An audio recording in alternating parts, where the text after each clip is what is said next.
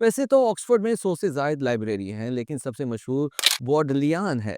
اس بوڈلیان library کا قیام 1602 میں عمل میں آیا، جبکہ اس کی جدید خطوط پر اپ گریڈیشن 1946 میں ہوئی۔ آکسفورڈ یونیورسٹی کی لائبریری انگلستان کی دوسری بڑی لائبریری ہے۔ یہ یورپ کی قدیم ترین لائبریریوں میں سے ایک ہے، جبکہ بوڈلیان لائبریری اپنی عجیب و غریب روایات کی وجہ سے مشہور اور معروف ہے۔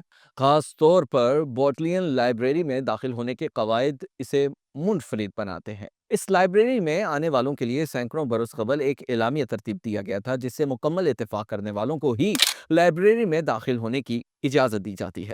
بوڈلین لائبریری کی قدیم روایت کے مطابق لائبریری آنے والے ہر شخص کے لیے اس اعلامیہ کو بلند آواز میں پڑھنا ضروری تھا، لیکن آج کل لائبریری کے مستقل اراکین سے ایک کاغذ پر لکھے گئے اعلامیہ کے نیچے دستخط لینے پر ہی اکتفا کر لیا جاتا ہے۔ لیکن جو افراد بوڈلین لائبریری کے رکن نہیں ہیں، ان کے لیے آج بھی یہ لازم ہے کہ وہ لائبریری میں داخل ہونے سے پہلے اس اعلامیہ میں درج قواعد اور ضوابط کو بلند آواز میں دہرائے۔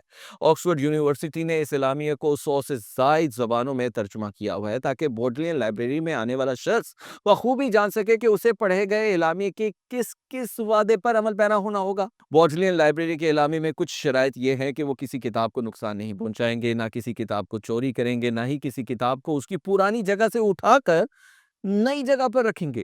نیز دوران مطالعہ سگریٹ نوشی سے پرہیز کریں گے اور کوئی بھی جلنے والی شے اپنے ساتھ لائبریری میں نہیں لائیں گے۔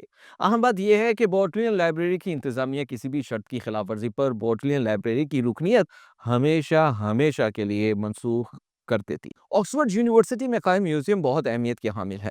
دنیا کا پہلا عوامی میوزیم آکسفورڈ یونیورسٹی کا اشمولین میوزیم 1683 میں تعمیر کیا گیا تھا۔ یہ میوزیم ایک روشن خیال برطانوی مفکر جناب ایلیس شمول کے کاوش کا نتیجہ ہے، جس نے اپنے تمام نوادرات، مصوری کے نمونے، کتابیں اور دیگر تمام اہم اشیاء آکسفورڈ یونیورسٹی کو اشمولین میوزیم قائم کرنے کے لیے عطیہ کر دی تھی۔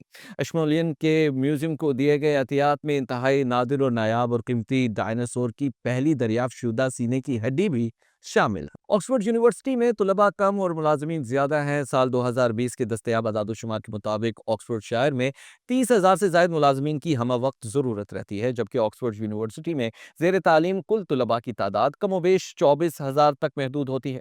اس لحاظ سے آپ کہہ سکتے ہیں کہ آکسفورڈ یونیورسٹی میں طلباء سے زیادہ ملازمین موجود ہوتے ہیں۔ آکسفورڈ یونیورسٹی کا ہر کالج اپنی ایک منفرد شناخت اور تاریخ رکھتا ہے، لیکن آکسفورڈ کے کالجز میں بائلویل کالج اس لحاظ سے کچھ زیادہ ہی منفرد ہے کہ یہ کالج ایک مجرم نے اپنے جرم پر سنائی گئی سزا کے عوض تعمیر کروایا تھا۔ جی ہاں، اس مجرم کا نام جان بائلویل تھا۔ اس پر الزام تھا کہ اس نے اپنی تقریر اور تحریر میں کئی مواقع پر بشپ کی دانستہ توہین کرنے کی کوشش کی ہے۔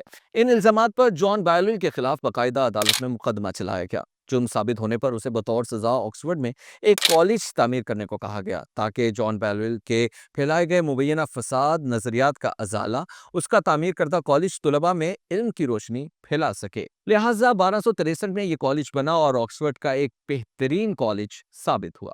ماضی میں برطانیہ کے ہر شہر، ہر قصبے کا اپنا مقامی وقت ہوا کرتا تھا، جس کے مطابق معمولات زندگی کی ادائیگی کی جاتی تھی۔ تاہم برطانوی عوام نے 1840 کی دہائی کے اوائل میں لندن میں رائج وقت کا استعمال کرنا شروع کر دیا۔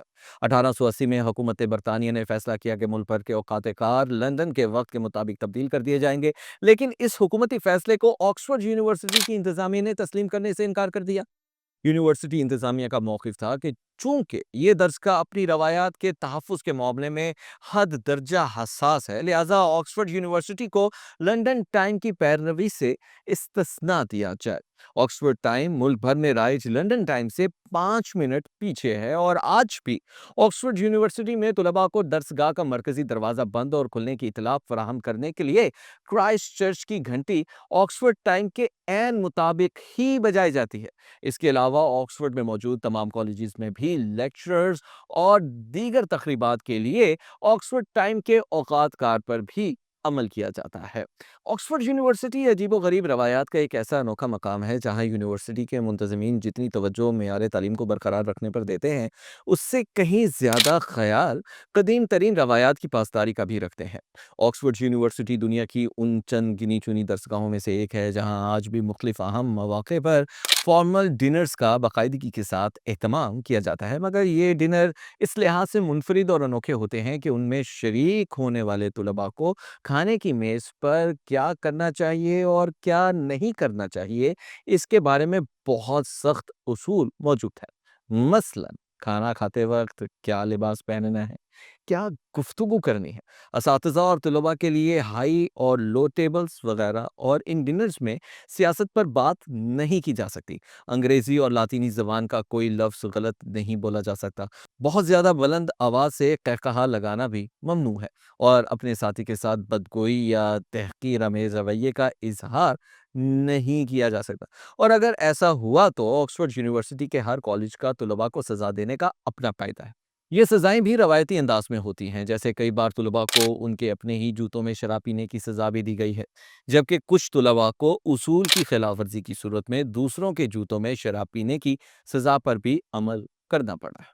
امید کرتے ہیں آپ کو آکسفورڈ یونیورسٹی کی سیر بہت زیادہ پسند آئی ہوگی، اور اگر آپ کو یہ سیر پسند آئی ہے تو اس ویڈیو کو لائک کیجئے، شیئر کیجئے اور ہمارے چینل کو سبسکرائب کیجئے۔ ملتے ہیں مزید آپ سے انفارمیٹیو ویڈیو میں۔ اپنا ڈھیر سارا خیال رکھیے گا۔ اللہ حافظ۔